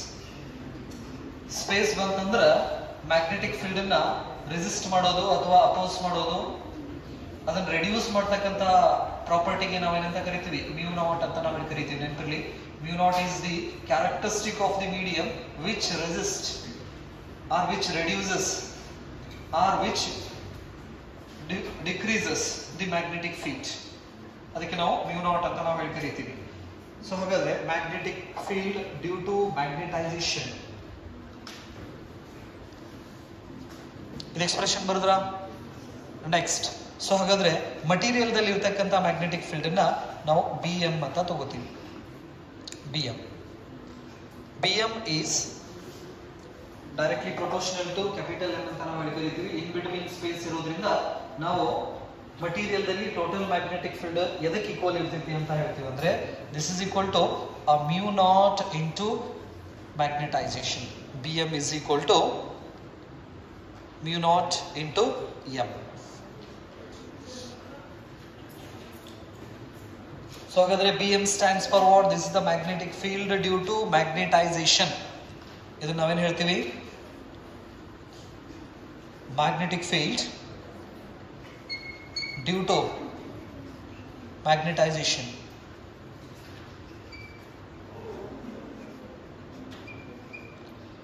Magnetic field due to magnetization. That is Bm is equal to mu naught into capital N. Capital N. ಇದು material concept ಇದು ನೆನಪಲ್ಲಿ. Material ತಗೊಂಡು ನಾನು atomic levels ಒಳಗಡೆ ಹೋಗಿ study ಮಾಡಿದಾಗ ಆ material ದಿಂದ ಎಷ್ಟು ಮ್ಯಾಗ್ನೆಟಿಕ್ ಫೀಲ್ಡ್ ಬರ್ತಿತ್ತು ಅಂದ್ರೆ mu naught into m ಅಂತ ಕರಿತೀವಿ. m ಅಂದ್ರೆ magnetization, that is a magnetic dipole moment per unit volume ಅಂತ ನಾವು ಕರಿತೀವಿ. ಈಗ ನಮಗೆ ಕರೆಂಟ್ ಕ್ಯಾರಿಯಿಂಗ್ ಕಂಡಕ್ಟರ್ ಇಂದ ಎಷ್ಟು ಮ್ಯಾಗ್ನೆಟಿಕ್ ಫೀಲ್ಡ್ ಬರ್ತಿತ್ತು ಅನ್ನೋದು ಗೊತ್ತಾಯ್ತು ನಮಗೆ. ಸೊಲನಾಯ್ಡ್ ಕೇಸ್ ಅಲ್ಲಿ mu naught Ni, that is the magnetic field due to what? Solenoid. ಈಗ ಒಂದು ಸೊಲನಾಯ್ಡ್ ತಗೊಂಡಿವಿ ಅಂದ್ರೆ ನಂಬರ್ ಆಫ್ ಟರ್ಮ್ಸ್ ನಾವು ಫಿಕ್ಸ್ ಇಡಬಹುದಾ? ಫಿಕ್ಸ್ ಇಡಕ್ ಆಗ್ತಿತ್ತು ಆಗಂಗಿಲ್ಲ? ಆಗ್ತಿತ್ತಾ? Okay, right. ನೆಕ್ಸ್ಟ್ ಕರೆಂಟ್ ನಮ್ಮ ಕಡೆ ಇದ್ದಿದ್ದ ಕರೆಂಟ್ ಅನ್ನೆಲ್ಲ ನಾವು ಕೊಟ್ಟು ಅಂದ್ರ ಎಷ್ಟು ಬೇಕಷ್ಟು ಟರ್ಮ್ ಫಿಕ್ಸ್ ಆಯ್ತು. ಕರೆಂಟ್ 2 ಆಂಪಿಯರ್ 5 ಆಂಪಿಯರ್ 15 ಆಂಪಿಯರ್ ಏನಂತಲ್ಲ ಅಷ್ಟು ಕರೆಂಟ್ ನಾವು ಫ್ಲೋ ಮಾಡಿದ್ವಿ ಅಂದ್ರೆ ಮ್ಯಾಗ್ನೆಟಿಕ್ ಫೀಲ್ಡ್ ವ್ಯಾಲ್ಯೂ ಏನಾಗ್ತೈತಿ? ಫಿಕ್ಸ್ ಆಗ್ತಿತ್ತಾ? mu naught ವ್ಯಾಲ್ಯೂ ಗೊತ್ತಿದೆ ನಮಗೆ 4.10 to the power -7 mu naught value, right? ಅದು ಕಾನ್ಸ್ಟೆಂಟ್ ಆಯ್ತು. ನೆಕ್ಸ್ಟ್ ನಾನು ಏನ್ ಮಾಡ್ತಾ ಇದ್ದೀನಿ? ನಂಬರ್ ಆಫ್ ಟರ್ಮ್ಸ್ ಅನ್ನ ಫಿಕ್ಸ್ ಇಡ್ತಾ ಇದ್ದೀನಿ. 100 50 ಎಷ್ಟು ಬೇಕಲ್ಲ ಅಷ್ಟು ಟರ್ಮ್ಸ್ ಅನ್ನ ಫಿಕ್ಸ್ ಇಡ್ತೀವಿ ನಾವು. ನೆಕ್ಸ್ಟ್ ಕರೆಂಟ್ ಕೂಡ ನಾನು maximum ಮಾಡಿದಂದ್ರೆ the magnetic field due to solenoid is a fixed point. clear? ಸರಿ, ಈಗ ಆ ಸೊಲನಾಯ್ಡ್ ಒಳಗಡೆ ನಾ ಏನಾದ್ರೂ ಹೋಗಿ ಈಗ ಆಲ್ರೆಡಿ ಮಟೀರಿಯಲ್ ಹತ್ರ ಸ್ವಲ್ಪ ಮ್ಯಾಗ್ನೆಟಿಕ್ ಫೀಲ್ಡ್ ಐತಿ. ಆಲ್ರೆಡಿ ಮಟೀರಿಯಲ್ ಹತ್ರ ಏನಿದೆ? ಮ್ಯಾಗ್ನೆಟಿಕ್ ಫೀಲ್ಡ್ ಪ್ರೊಡ್ಯೂಸ್ ಮಾಡೋದು ಅಂದ್ರೆ ಅಟ್ರಾಕ್ಟ್ ಮಾಡೋದು, ಡೈರೆಕ್ಷನ್ ತೋರಿಸೋದು ಪ್ರಾಪರ್ಟಿ ಐತಿ. ಪ್ರಾಪರ್ಟಿ ಐತಿ ಅಂದ್ರೆ ಅದ್ರ ಹತ್ರ ಮ್ಯಾಗ್ನೆಟಿಕ್ ಡೈಪೋಲ್ ಮೂಮೆಂಟ್ ಐತಿ. ಇದರಿಂದ ಮ್ಯಾಗ್ನೆಟೈಸೇಷನ್ ಇಂದ ಅಂದ್ರೆ ಡೈಪೋಲ್ ಮೂಮೆಂಟ್ ಒಂದೇ ಡೈರೆಕ್ಷನ್ ಗೆ ಅಲೈನ್ ಆಗೋದ್ರಿಂದ ಆ ಮಟೀರಿಯಲ್ ಹತ್ರ ಮ್ಯಾಗ್ನೆಟಿಕ್ ಪ್ರಾಪರ್ಟಿ ಬರ್ತೈತಿ. ಅದಕ್ಕೆ ಎಕ್ಸಾಂಪಲ್ಸ್ ನಾವು ಏನ್ ಹೇಳ್ತೀವಿ? Iron oxide or Fe3O4 naturally available magnets, right? ಈಗ ನಮ್ ಕೆಲಸ ಏನಪ್ಪಾ ಅಂತ ಹೇಳಿದ್ರೆ ಸೊಲನಾಯ್ಡ್ ಇದೆ. ಸೊಲನಾಯ್ಡ್ ದಿಂದ ನಮ್ಗೆ ಸಿಗ್ತಕ್ಕಂಥ ಮ್ಯಾಗ್ನೆಟಿಕ್ ಫೀಲ್ಡ್ B0 ಅಂತ ತಗೊಂಡಿವಿ. ಮಟೀರಿಯಲ್ ಹತ್ರ ಇರ್ತಕ್ಕಂಥ ಮ್ಯಾಗ್ನೆಟಿಕ್ ಫೀಲ್ಡ್ ನ Bm ಅಂತ ತಗೊಂಡಿವಿ. ಸೊ ಹಾಗಾದ್ರೆ ನಾವೀಗ ಈ ಸೊಲನಾಯ್ಡ್ ದಲ್ಲಿ ಈ ಮಟೀರಿಯಲ್ ಅನ್ನ ತಗೊಂಡ್ಬಂದು ಪ್ಲೇಸ್ ಮಾಡಿದ್ರೆ ನಾವು these dipole moments are inside the external magnetic field. ಇವೆಲ್ಲ ಡೈಪೋಲ್ ಮೂಮೆಂಟ್ಸ್ ಆಯ್ತು. ಹಾಗಾದ್ರೆ ಈ ಡೈಪೋಲ್ ಮೂಮೆಂಟ್ ಯಾವ ಫೀಲ್ಡ್ ಒಳಗಡೆ ಬಂದು? external magnetic field. That external magnetic field is produced by the solenoid. So ಹಾಗಾದ್ರೆ ಸೊಲನಾಯ್ಡ್ ಎಕ್ಸ್ಟರ್ನಲ್ ಮ್ಯಾಗ್ನೆಟಿಕ್ ಫೀಲ್ಡ್ ಅನ್ನ ಪ್ರೊಡ್ಯೂಸ್ ಮಾಡಿದೆ. ಹಾಗಾಗಿ ಈ ಮಟೀರಿಯಲ್ ದಲ್ಲಿ ಇರ್ತಕ್ಕಂಥ ಡೈಪೋಲ್ಸ್ ಏನಿದಾವಲ್ಲ ಆ ಡೈಪೋಲ್ಸ್ ಮ್ಯಾಗ್ನೆಟಿಕ್ ಫೀಲ್ಡ್ ಒಳಗಡೆ ಬಂದು ಲಾಸ್ಟ್ ಸೆಷನ್ಸ್ ಒಳಗಡೆ ಡಿಸ್ಕಷನ್ ಮಾಡಿವಿ ನಾವು. ಮ್ಯಾಗ್ನೆಟಿಕ್ ಫೀಲ್ಡ್ ಒಳಗಡೆ ಏನಾದ್ರೂ ಮ್ಯಾಗ್ನೆಟಿಕ್ ಡೈಪೋಲ್ ಮೂಮೆಂಟ್ ಬಂತಂದ್ರೆ ಟಾರ್ಕ್ ನ ಎಕ್ಸ್ಪೀರಿಯನ್ಸ್ ಮಾಡ್ತೈತಿ. theta degree, 90 degree, 180 degree, it experiences a torque. Torque is equal to mb sin theta. Expressions ಕೂಡ ನಾವು ಮಾಡಿವಿ, ಹೌದಾ? ಹಾಗಾದ್ರೆ ನೋಡ್ರಿ, ಇಲ್ಲಿರ್ತಕ್ಕಂಥ ಡೈಪೋಲ್ ಮೂಮೆಂಟ್ ಡೈರೆಕ್ಷನ್ ಒಂದೇ ರೀತಿ ಇಲ್ಲ. ಕೆಲವೊಂದಿಷ್ಟು ಆಲ್ರೆಡಿ 0 ಡಿಗ್ರಿ ಆಂಗಲ್ ದಲ್ಲಿ ಇದಾವೆ, ಕೆಲವೊಂದಿಷ್ಟು 90 ಡಿಗ್ರಿ ದಲ್ಲಿ ಇದಾವೆ, ಕೆಲವೊಂದಿಷ್ಟು 180 ಡಿಗ್ರಿ ದಲ್ಲಿ ಇದಾವೆ. ಈಗ 0 ಡಿಗ್ರಿ ದಲ್ಲಿ ಇದ್ದಿದ್ದ ಡೈಪೋಲ್ ಮೂಮೆಂಟ್ ಅಷ್ಟೇ ನಿಂತು ಬಿಡ್ತಿತ್ತು. So this is the direction of what? External magnetic field.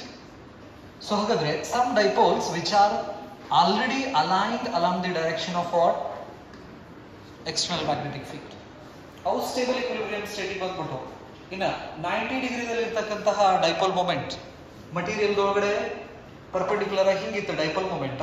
ಸೊಲನಾಯ್ಡ್ ಒಳಗಡೆ ಹಿಂಗ್ ಬಂದ ತಕ್ಷಣನೇ ಆ ಡೈಪೋಲ್ ಮೂಮೆಂಟ್ ಏನಾಗಕತ್ತೈತಿ? ಆ ಎಕ್ಸ್ಟರ್ನಲ್ ಮ್ಯಾಗ್ನೆಟಿಕ್ ಫೀಲ್ಡ್ ಕಡೆ ಹೊಳ್ಳಿಲಾಗ್ತದೆ. 180 ಡಿಗ್ರಿದಲ್ಲಿ ಇರ್ತಕ್ಕಂಥ ಮ್ಯಾಗ್ನೆಟಿಕ್ ಫೀಲ್ಡ್ 180 ದಿಂದ ವಾಪಸ್ ಸ್ಟೇಬಲ್ ಗೆ ಬರಕ್ಕೆ ಹಿಂಗೆ ಹೊಳ್ಳಿ ನಿಂತ್ಕೊಳ್ಳಕ್ ಸ್ಟಾರ್ಟ್ ಆಗ್ತೈತಿ. ಹೆಂಗೆ ನಾವು ಸೊಲನಾಯ್ಡ್ ಒಳಗಡೆ ಕರೆಂಟ್ ನ ಇನ್ಕ್ರೀಸ್ ಮಾಡ್ಕೊಂತ ಹೋಗ್ತೀವಲ್ಲ, ಅಂದ್ರೆ ಈ ಎಕ್ಸ್ಟರ್ನಲ್ ಮ್ಯಾಗ್ನೆಟಿಕ್ ಫೀಲ್ಡ್ ಅನ್ನ ನಾವು ಇನ್ಕ್ರೀಸ್ ಮಾಡ್ಕೊಂತ ಹೋಗ್ತೀವಲ್ಲ, ಹೆಂಗ ಹಂಗಾಗಿ ಇದ್ರೊಳಗಡೆ ಇರ್ತಕ್ಕಂತಹ ಡೈಪೋಲ್ ಮೂಮೆಂಟ್ಸ್ ಒಂದೊಂದು ಏನಾಕೊಂತ ಹೋಗ್ತಾವ, ಅಲೈನ್ ಹಾಕೋಂತ ಹೋಗ್ತೀವಿ. ಹೆಂಗಂದ್ರೆ ಈ ಕ್ಲಾಸ್ ರೂಮ್ ಒಳಗಡೆ ಟೀಚರ್ಸ್ ಇರ್ಲಿಲ್ಲಪ್ಪ ಅಂತ ಹೇಳಿದ್ರೆ ಸೈಲೆಂಟ್ ಆಗಿ ಕುಂತ ನಿಮ್ಮ ಪಾಡಿಗೆ ನೀವು ಸ್ಟಡಿ ಮಾಡ್ಕೋಂತ ಕುಂತ ಬಿಟ್ಟಿರ್ತೀವಿ. ನೀವು ಇದನ್ನ ಇಮ್ಯಾಜಿನ್ ಮಾಡ್ಕೋಬೇಕು ಸರ್, ರಿಯಾಲಿಟಿ ಒಳಗಡೆ ಆಗಿಲ್ಲ ಅಂತ ಹೇಗೆ. ಹೌದಾ? ಈ ಕನ್ನಡ ಶಾಲೆ ಹೈಸ್ಕೂಲ್ ಶಾಲೆ ಒಳಗಡೆ ಟೀಚರ್ಸ್ ಕ್ಲಾಸ್ ರೂಮ್ ಒಳಗಡೆ ಇರ್ಲಿಲ್ಲ ಅಂದ್ರೆ ಹೆಂಗ ಬೇಕಾದಂಗೆ ನಾವೇನ್ ಮಾಡಿರ್ತೇವೆ, ಕುಂತಿರ್ತೇವೆ. ಅದ್ರಾಗ ಕೆಲವೊಂದಿಷ್ಟು ಸ್ಟೂಡೆಂಟ್ಸ್ ಇರ್ತಾರ, ಅವ್ರು ಏನ್ ಮಾಡ್ತಿರ್ತಾರ, ಓದ್ತಿರ್ತಾರೆ. ಹೌದಾ? ಸರಿ. ಹಾಗಾದ್ರೆ ಈ ಮಟೀರಿಯಲ್ಸ್ ಏನೈತಲ್ಲ, ಆ ಮಟೀರಿಯಲ್ದೊಳಗಡೆ ಒಂದೇ ಡೈರೆಕ್ಷನ್ಸ್ಗೆ ಏನ್ ಅದಾವಲ್ಲ ಡೈಪೋಲ್ ಮೂಮೆಂಟ್, ಅವಷ್ಟು ಯಾರಿದ್ದಂಗೆ ಅಂದ್ರೆ ಸ್ಟೂಡೆಂಟ್ಸ್ ಇದ್ದಂಗೆ. ಒಂದೊಂದು ಡೈರೆಕ್ಷನ್ಸ್ ಇದಾವಲ್ಲ, ಇಲ್ಲೊಂದು ಐತೆ ನೋಡ್ರಿ, ಈವ ಮತ್ತೆ ಇಲ್ಲಿ ಒಳಗಿದ್ದವ್ರ ಇವರೆಲ್ಲ ಒಂದೇ ಡೈರೆಕ್ಷನ್ಸ್ ಇದಾನಂದ್ರೆ ಓದ್ಕೋ ಅಂತ ಕುಂತಾರ. ಉಳಿದವರೆಲ್ಲ ಕಚ್ಚಿ ಪಿಚಿ ಮಾತಾಡ್ತಿರ್ತಾರೆ. ಯಾವಾಗ ಟೀಚರ್ ಇಲ್ಲದೆ ಇರೋವಾಗ, ಅಂದ್ರೆ ಎಕ್ಸ್ಟರ್ನಲ್ ಯಾವುದು ಫೀಲ್ಡ್ ಇಲ್ಲ ಗುಂಪಲ್ಲಿ, ಈ ತರ ಸಿಚುವೇಶನ್ಸ್ ಐತಿ. ಇಲ್ಲಿ ಟೀಚರ್ ಎಂಟರ್ ಆದ್ರಂದ್ರ ಅಂದ್ರೆ ಸೊಲನಾಯ್ಡ್ ಅಂದ್ರೆ ಒಂಥರ ಎಕ್ಸ್ಟರ್ನಲ್ ಫೋರ್ಸ್ ಇದೆ, ಟೀಚರ್ ಇದೆ. ಸೊ ಹಾಗಾದ್ರೆ ಟೀಚರ್ ಬಂದ್ರಪ್ಪ ಅಂತ ಹೇಳಿದ್ರೆ, ಟೀಚರ್ ಬಂದ ಸುಮ್ಮನೆ ಇದ್ರಪ್ಪ ಅಂದ್ರೆ ಕರೆಂಟ್ ಫ್ಲೋ ಆಗತ್ತಿಲ್ಲ ಅಂದ್ರೆ ಏನು ಮಾತಾಡಕತ್ತಿಲ್ಲ ಅವರು, ಸುಮ್ಮನೆ ಇದ್ರಪ್ಪ ಅಂತ ಹೇಳಿದ್ರೆ ಇಲ್ಲಿ ಏನ್ ಕಂಡೀಷನ್ ಇತ್ತಲ್ಲ ಅದೇ ಕಂಡೀಷನ್ಸ್ ಕಂಟಿನ್ಯೂ ಆಗಿರ್ತೈತಿ. ಹೌದಾ? ಅದ್ರಾಗ ಒಂದಿಷ್ಟು ಸ್ವಲ್ಪ ಹೆದರಿ ಏನ್ ಮಾಡ್ತಿರ್ತಾವ, ಸುಮ್ಮನೆ ಕುಂತಿರ್ತಾವ. ಈಗ ಸೇಮ್ ಇದೇ ಕಂಡೀಷನ್ಸ್ ಇಲ್ಲಿ ಬಂದಾಗ್ಲೂ ಕೂಡ ಇದೇ ಕಂಡೀಷನ್ ಮುಂದುವರಿಸಿದ್ರೆ ಅಂದ್ರೆ ಅವಾಗ ಟೀಚರ್ ಏನಂತಾರ, ಸುಮ್ಮನೆ ಕುಂದ್ರಪ್ಪ ಅಂತ ಹೇಳ್ತಾರೆ. ಹೌದಾ? ಅಂದ್ರ ಸ್ವಲ್ಪ ಕರೆಂಟ್ ಕೊಡ್ತಾರೆ, ಅಂದ್ರೆ ಸ್ವಲ್ಪ ಮ್ಯಾಗ್ನೆಟಿಕ್ ಫೀಲ್ಡ್ ಪ್ರೊಡ್ಯೂಸ್ ಮಾಡ್ತಾರೆ ಅಷ್ಟೇ. ಪ್ರೊಡ್ಯೂಸ್ ಮಾಡಿದಾಗ ಹೆದರಿ ಸ್ಟೂಡೆಂಟ್ ಕೆಲವೊಂದಿಷ್ಟು ಅವ್ರ ಕಡೆ ನೋಡ್ತಾರೆ. ಸ್ಟೂಡಿಯೋಸ್ ಇದ್ದವ್ರ ಅನ್ಕರ ಅವ್ರು ಬರೋದ ತಡ ಅವ್ರನ್ನ ನೋಡ್ತಿರ್ತಾರೆ. ಅವ್ರು ಸುಮ್ಮನೆ ಕುಂದ್ರಿರುವಂತ ತಕ್ಷಣ ಆ ಮಾತಾಡಕತ್ತಿದ್ರೊಳಗಡೆ ಸ್ವಲ್ಪ ಜನ ಅಷ್ಟ ಹೊಳ್ಳಿ ನೋಡ್ತಾರೆ, ಮತ್ತು ಉಳಿದವ್ರು ಇನ್ನೂ ಮಾತಾಡ್ತಿರ್ತಾರೆ. ಅವಾಗ ಅವರು ಸ್ವಲ್ಪ ಜೋರ್ ಬಾಯ್ ಮಾಡ್ತಾರ, ಅಂದ್ರೆ ಕರೆಂಟ್ನ ಜಾಸ್ತಿ ಮಾಡ್ತಾರ. ಅವಾಗ ಮತ್ತೊಂದಿಷ್ಟು ಜನ ಏನ್ ಮಾಡ್ತಾರ, ಅವ್ರ ಕಡೆ ಹೊಳ್ಳಿ ನೋಡ್ತಾರ. ಹೌದಿಲ್ಲ? ನೆಕ್ಸ್ಟ್ ಕೈಯಾಗ ಒಂದು ಕೋಲ್ ಹಿಡಿತಾರೆ ಬಾಯ್ ಮಾಡ್ಕೊಂತ, ಯಾರ್ಲಿ ಅವ ಬಾಯ್ ಮಾಡಕತ್ತವ ಅಂತ ಹೇಳಿ ಕೈಯಾಗ ಒಂದು ತಗೊಂಬರಿಲ್ ಕೋಲ್ ಅಂತ ಹೇಳಿ ಹಿಂಗ್ ತಗೊಂಡ್ಬಿಟ್ಲೆ ಮತ್ತೊಂದಿಷ್ಟು ಜನ ಅವ್ರ ಕಡೆ ನೋಡಕ್ ಚಲೋ ಮಾಡ್ತಾರೆ. ಅಂದ್ರೆ ಫೀಲ್ಡ್ ಸ್ಟ್ರೆಂತ್ ಇನ್ಕ್ರೀಸ್ ಆಯ್ತಾ. ನೆಕ್ಸ್ಟ್ ಹೋಗಿ ಒಂದು 3-4 ಮಂದಿ ದಬ ಹೊಡೆದ್ರಂದ್ರೆ ಏನಾಯ್ತಾ, ಅಷ್ಟು ಕಷ್ಟೂರು ಹೊಳ್ಳಿ ಬೋರ್ಡ್ ಕಡೆ ನೋಡಕ್ ನಿಲ್ತಾರ. ಅದಕ್ಕೆ ನಾವು ಸ್ಯಾಚುರೇಷನ್ ಆಯ್ತು ಅಂತ. ಅದ್ರ ಮೇಲೂ ಅವರು ಬಾಯಿ ಮಾಡೋದು ಮಾಡಿದ್ ಮಾಡಾಕತ್ರಪ್ಪ ಅಂತ ಹೇಳಿದ್ರು ಹುಡುಗರು ಯಾರು ಇಲ್ಲ ಅಲ್ಲಿ ಹೊಳ್ಳಿ ನೋಡಾಕ. ಹೌದಿಲ್ಲ? ಈಗ ಅಷ್ಟರು ಈ ಕಡೆ ಹೊಳ್ಳಿ ನೋಡಾಕತ್ರಪ್ಪ ಅಂತ ಹೇಳಿದ್ರೆ ಅವ್ರು ಎಷ್ಟ ಬಾಯ್ ಮಾಡಿದ್ರು ಎಷ್ಟ ಫೋರ್ಸ್ ಹಾಕಿದ್ರು ಅಲ್ಲಿ ಯಾರು ಹೊಳ್ಳಿ ನೋಡಾಕಿರೋಂಗಿಲ್ಲ. ಹಂಗೆ ಈ ಮಟೀರಿಯಲ್ದಲ್ಲಿ ಆಗ್ತೈತಿ. ಸೊಲನಾಯ್ಡ್ದಾಗ ಇಟ್ಟಾಗ ಸ್ವಲ್ಪ ಕರೆಂಟ್ ಕೊಟ್ಟಾಗ ಕೆಲವೊಂದಿಷ್ಟು ಡೈಪೋಲ್ ಮೂಮೆಂಟ್ ಹಿಂಗಿದ್ದ ಹಿಂಗೆ ಹೊಳ್ಳಿ ನಿಂತ್ಬಿಡ್ತೈತಿ. 90 ಡಿಗ್ರಿ ಇದ್ದಿದ್ದ ಸ್ವಲ್ಪ ಕರೆಂಟ್ ಫ್ಲೋ ಮಾಡಿದ್ರೆ ಜಸ್ಟ್ ಇಷ್ಟ ಹೊಡ್ತೈತೆ. ಅದು ಕರೆಂಟನ್ನ ನಾ ಇನ್ಕ್ರೀಸ್ ಮಾಡ್ಕೊಂತ ಹೋದಂದ್ರೆ ಅವಾಗ ಸ್ಟೇಬಲ್ ಇಕ್ವಿಲಿಬ್ರಿಯಂ ಪೊಸಿಷನ್ ಬರ್ತೈತಿ. ಬಟ್ 180 ಇದ್ದಿದ್ದ ಇಲ್ಲಿಂದ 90 ಡಿಗ್ರಿ ಬಂದಷ್ಟ ನಿಂತಿರ್ತೈತಿ. As we increase the current in the solenoid, we increase the magnetic field. By increasing the magnetic field, these dipole moments experience a magnetic force. Due to that magnetic force, the magnetic dipole moment aligns along the direction of this external magnetic field. Once all the dipole moments align along the external magnetic field, then we can say the material gets saturated. ಅಲ್ಲಿ ನಾನು ಇನ್ನೂ current ಅನ್ನ ನಾನು increase ಮಾಡಿದ್ರೆ ಎಲ್ಲ dipole moment align ಆಗಿಬಿಟ್ಟಾವ. ಹೌದಾ? Dipole moment align ಆಗಿದಾವ ಅಂದ್ರೆ ಟೋಟಲ್ ಮ್ಯಾಗ್ನೆಟಿಕ್ ಫೀಲ್ಡ್ ಇನ್ಕ್ರೀಸ್ ಆಗುವಂತ ಹೋಗ್ತೈತಿ ನೆನಪಲ್ಲಿ. ಸೊ ಹಾಗಾದ್ರೆ in this case the total magnetic field is the sum of the magnetic field due to a solenoid plus the magnetic field due to magnetization inside the material. So as we increase the current in the solenoid, the magnetization will increase. ಅಂದ್ರೆ per unit ವ್ಯಾಲ್ಯೂದಲ್ಲಿ align ಆಗ್ತಕ್ಕಂಥ dipole moment ಗಳ ಸಂಖ್ಯೆ ಏನಾಕೊಂತ ಹೋಗ್ತೈತಿ, ಹೆಚ್ಚಿಗೆ ಹಾಕೊಂತ ಹೋಗ್ತೈತಿ. So ಹಾಗಾದ್ರೆ dipole moment per unit, dipole moment increase ಆಯ್ತು ಅಂದ್ರೆ automatic magnetisation increase ಆಗ್ತೈತಿ. Magnetisation increase ಆಯ್ತು ಅಂದ್ರೆ ಮ್ಯಾಗ್ನೆಟಿಕ್ ಫೀಲ್ಡ್ ಕೂಡ ಇನ್ಕ್ರೀಸ್ ಆಗುವಂತ ಹೋಗ್ತೈತಿ. ಏನನ್ನ ಮಾಡೋದ್ರಿಂದ? ಸೊಲನಾಯ್ಡ್ ದಲ್ಲಿ ಕರೆಂಟ್ ಅನ್ನ ಇನ್ಕ್ರೀಸ್ ಮಾಡೋದ್ರಿಂದ. By increasing or decreasing the current in the solenoid, we can increase or decrease the total magnetic field. Total magnetic field. So ಹಾಗಾದ್ರೆ ಎಲ್ಲ ಮಟೀರಿಯಲ್ಸು ಇದೇ ತರ ಬಿಹೇವಿಯರ್ ನ ಮಾಡೋಂಗಿಲ್ಲ. ನೆನಪಿರ್ಲಿ, ಮ್ಯಾಗ್ನೆಟಿಕ್ ಡೈಪೋಲ್ ಮೊಮೆಂಟ್ ಎಲ್ಲ ಮಟೀರಿಯಲ್ಸ್ ತಗೊಂಡ್ಬಂದು ಹಿಂಗಿಟ್ರೆ ಎಲ್ಲಾನು ಹಿಂಗೆ ಹೊಳ್ಳಿ ನಿಲ್ಲೋಂಗಿಲ್ಲ. ಕೆಲವೊಂದಿಷ್ಟು ಮಟೀರಿಯಲ್ಸ್ ಉಲ್ಟಾ ಹೊಡಿತಾವ. ಈಗ ಯಾರಾದ್ರೂ ಬಂದ ನಮ್ಮ ಮೇಲ್ಗಡೆ ಇನ್ಫ್ಲೂಯೆನ್ಸ್ ಮಾಡಕತ್ರ ಅಂದ್ರೆ ನಾವು ಮಾಡೋ ಕೆಲಸ, ಫಸ್ಟ್ ಮಾಡೋ ಕೆಲಸ ಏನೋ ಅಪೋಸ್ ಮಾಡೋದು. ಏನ್ ಮಾಡ್ತೀವಿ? ಅಪೋಸ್ ಮಾಡ್ತೀವಿ. ಎಕ್ಸಾಂಪಲ್ಸ್ ಏನಪ್ಪಾ ಅಂತ ಹೇಳಿದ್ರೆ, ಹೈಸ್ಕೂಲ್ ಪ್ರೈಮರಿದೊಳಗಡೆ ಸರ್ ಏನಾದ್ರು ಹಿಂಗ್ ಕೋಲ್ ಹಿಂಗ್ ಹೊಡ್ಯಾಕ್ ಹಿಂಗೆ ಎತ್ತಿದ್ರಪ್ಪ ಅಂದ್ರೆ ನಾವು ಕೈ ಹಿಂಗ್ ತಗೋತಿದ್ವಿ.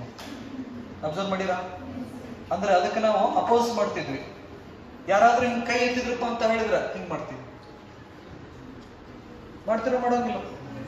ನೆನಪಿರ್ಲಿ, opposition is the natural characteristic ಅಂತ ನಾವು ಕರಿತೀವಿ. ಅಪೋಸಿಷನ್ ಅನ್ನೋದೇನಿದೆಯಲ್ಲ ಅದು ನ್ಯಾಚುರಲ್ ಕ್ಯಾರೆಕ್ಟರಿಸ್ಟಿಕ್. ಬಟ್ ದುರಾದೃಷ್ಟ ಏನಪ್ಪಾ ಅಂತ ಹೇಳಿದ್ರು, we are losing that characteristic. ಯಾರು ಬಂದು ಏನು ಹೇಳಿದ್ರು ಅಂದ್ರೆ ನೀನು ಹೇಳ್ದಂಗಪ್ಪ ನಡಿ. ಇದನ್ನ ನಾವು ಈ ಎಲೆಕ್ಷನ್ ಸ್ಟ್ಯಾಂಡ್ ಅಲ್ಲಿ ನೋಡ್ತೀವಿ. ನಾವು ಕಟ್ಟಿ ಮೇಲೆ 3 ಜನ ಕುಂತಿರ್ತಾರ.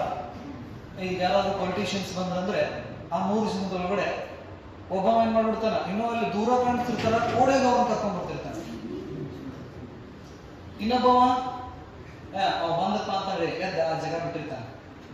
ಮತ್ತೊಬ್ಬ ಸುಮ್ಮನೆ ಇವ್ ಬಂದವ್ ಕರ್ಕೊಂಡ್ರಿ, ಇವ್ ಹೋಗಿ ನಾ ಆರಾಮ್ ಇರ್ಬೇಕಂತೆ. ಇವ್ ನೋಡ್ತೀವಲ್ಲ ನಾವು ಈ ಕ್ಯಾರೆಕ್ಟರಿಸ್ಟಿಕ್ಸ್ ನಾವು ಮಟೀರಿಯಲ್ ಕೂಡ ನಾವು ಅಬ್ಸರ್ವ್ ಮಾಡ್ತೀವಿ. ನೆನಪಲ್ಲಿ ಇಲ್ಲಿ ತನಕ ಕ್ಲಿಯರ್ ಆಯ್ತು ಸರ್? ಹಾಗಾದ್ರೆ we have the expressions of magnetic field due to solenoid and magnetic field due to magnetization. So B naught ಅದನ್ನ ಏನು ಬರೀತೀರಾ? B naught value mu naught Ni plus this is mu naught into capital M ಬರಿಬೋದಾ? So ಹಾಗಾದ್ರೆ Ni is nothing but what? Magnetic intensity ಅಲ್ಲ, plus mu naught. So ಹಾಗಾದ್ರೆ mu naught ಅನ್ನ ನಾವು common ಹೊರಗೆ ತೆಗೆದ್ರೆ H plus M ಅಂತ ನಾವು ಬರೀತೀವಿ. ಸೊ ಹಾಗಾದ್ರೆ this is the total magnetic field. Total magnetic field. ಇದಕ್ಕೆ ಇಕ್ವೇಶನ್ ನಂಬರ್ 1 ಬರೀರಿ. ಮ್ಯೂ ನಾಟ್ ಅಂದ್ರೆ ಏನ್ ಬರೀತೀರಾ? Permeability of free space.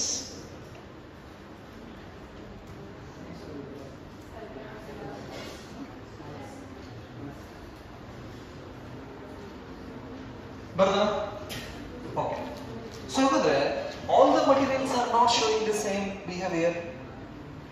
ಈ ಮಟೀರಿಯಲ್ಸ್ ಎಲ್ಲ ಮಟೀರಿಯಲ್ಸ್ ಸೇಮ್ ಬಿಹೇವಿಯರ್ ತೋರಿಸಂಗಿಲ್ಲ. ಸರಿ, ಯಾವ್ದು ಮಟೀರಿಯಲ್ ತೋರಿಸ್ತಿದ್ದಲ್ಲ ಅವನ್ನ ನಾವು ತಗೊಂಡ್ರೆ ಎಕ್ಸ್ಪೆರಿಮೆಂಟ್ಸ್ ಮಾಡಕ ಯಾವ್ದು ನಮಗೆ ರೆಸ್ಪಾನ್ಸ್ ಮಾಡ್ತಿರ್ತಾರಲ್ಲ ಅವ್ರಿಗೆ ಎಷ್ಟು ನಾವು ಏನ್ ಮಾಡ್ತೀವಿ?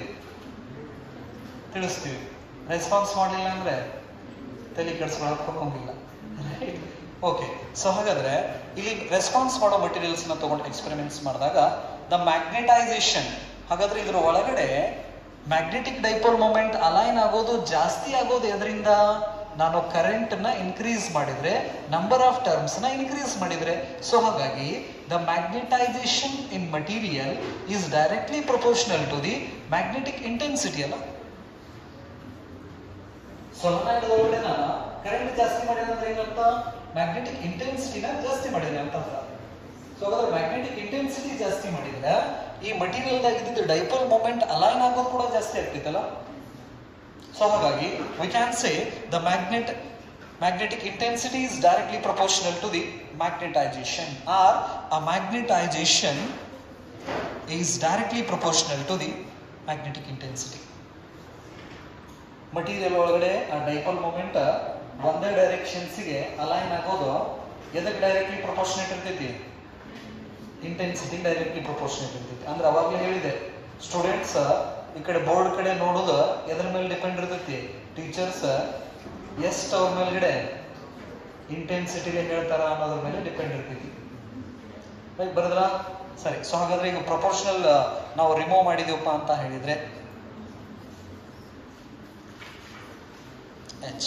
So this is called psi. Psi ಅಂತ ನಾವು ಹೇಳಿ ಕರಿತೀವಿ.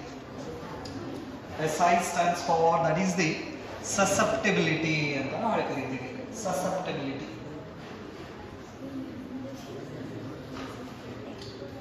Psi stands for what? Susceptibility.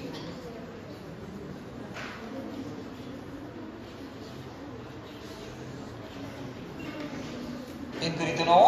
Susceptibility ಅಂತ ಕರಿತೀವಿ. ಸೊ ಹಾಗಾದ್ರೆ ಆ susceptibility is the ratio of magnetization per magnetic intensity. Its expression.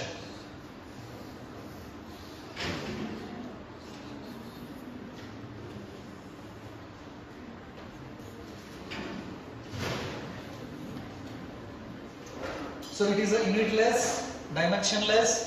It is just a number.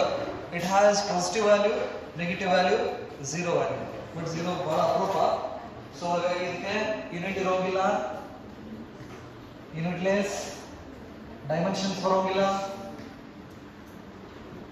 ಡೈಮೆನ್ಷನ್ಲೆಸ್. It's just a number. ನೆನಪಲ್ಲಿ susceptibility ಅನ್ನೋದು ಏನಿದು ನಂಬರ್ ಇದು. ಈ ನಂಬರ್ ಪಾಸಿಟಿವ್ ಅಥವಾ ನೆಗೆಟಿವ್ ಕೂಡ ಬರಬಹುದು. ಪಾಸಿಟಿವ್, ನೆಗೆಟಿವ್, ಝೀರೋನು ಕೂಡ ಕೆಲವೊಂದಿಷ್ಟು ಮೆಟೀರಿಯಲ್ಸ್ ಝೀರೋನು ಕೂಡ ತೋರಿಸ್ಬೋದು.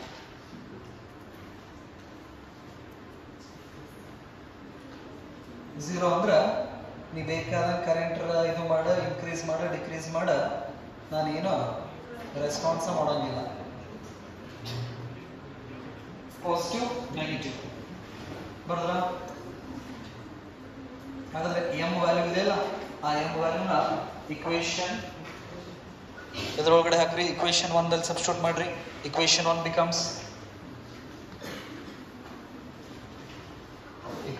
becomes total magnetic field is equal to mu naught into H plus psi into H. ಬರೀಬೋದಾ?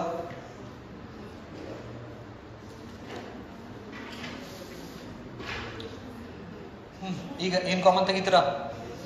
H common ತೆಗೆದ್ರೆ mu naught H 1 plus ಏನ್ ಬರೀತೀರಾ? psi. ಸೊ ಹಾಗಾದ್ರೆ mu naught H ಅಂದ್ರೆ ಏನ್ ಬರೀತೀರ ನೋಡ್ರಿ? mu naught H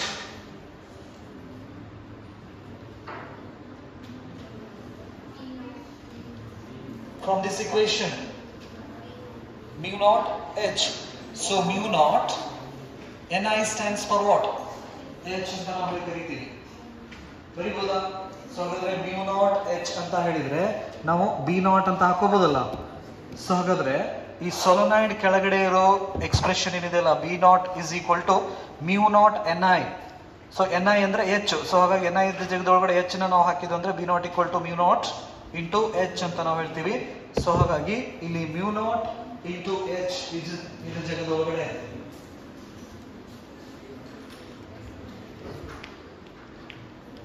this is B naught 1 plus psi.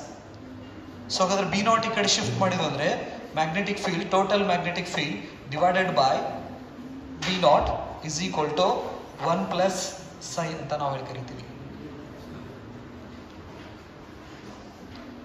So we have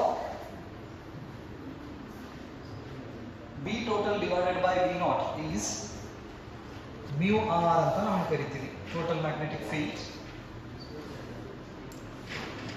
that is the total magnetic field in material. B divided by B naught is equal to mu r ಅಂತ ನಾವು ಹೇಳ್ತೀವಿ. Where mu r stands for what?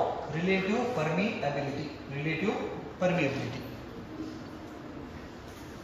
Relative permeability ಅಂತ ಹೇಳ್ತೀವಿ.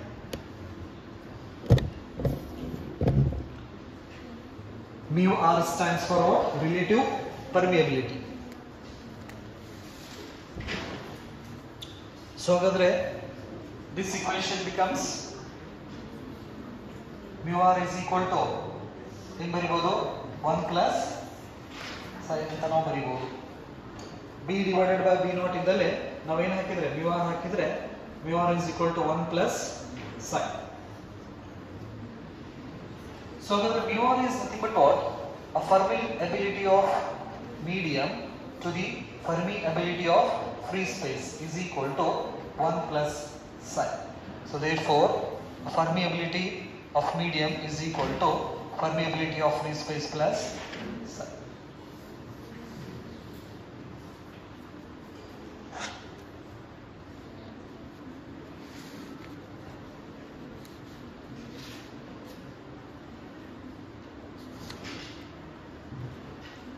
So here the term psi, that is the susceptibility, we carry for our further discussions. With the help of this susceptibility factor, we classify materials into diamagnetic, paramagnetic and ferromagnetic. ನೆನಪಿರಲಿ. So ಹಾಗಾದ್ರೆ ನಮ್ಮ ಸುತ್ತಮುತ್ತಲು ಸಿಗ್ತಕ್ಕಂಥ materials ನ ನಾವು ಈ susceptibility ಅನ್ನೋ ಒಂದು ಕಾನ್ಸೆಪ್ಟ್ ನ ಇಟ್ಕೊಂಡು diamagnetic material, paramagnetic material, ferromagnetic material ಅಂತ ಕ್ಲಾಸಿಫಿಕೇಶನ್ ಮಾಡ್ಕೋತೀವಿ. ಯಾವ್ದ್ರ ಬೇಸ್ ಮೇಲ್ಗಡೆ? ಸಸೆಪ್ಟಿಬಿಲಿಟಿ. ರೈಟ್. ಸೊ ಇದನ್ನ ನಾವು ನೆಕ್ಸ್ಟ್ ಸೆಷನ್ಸ್ ಒಳಗಡೆ ಡಿಸ್ಕಷನ್ ಮಾಡ್ತೀವಿ. Thank you.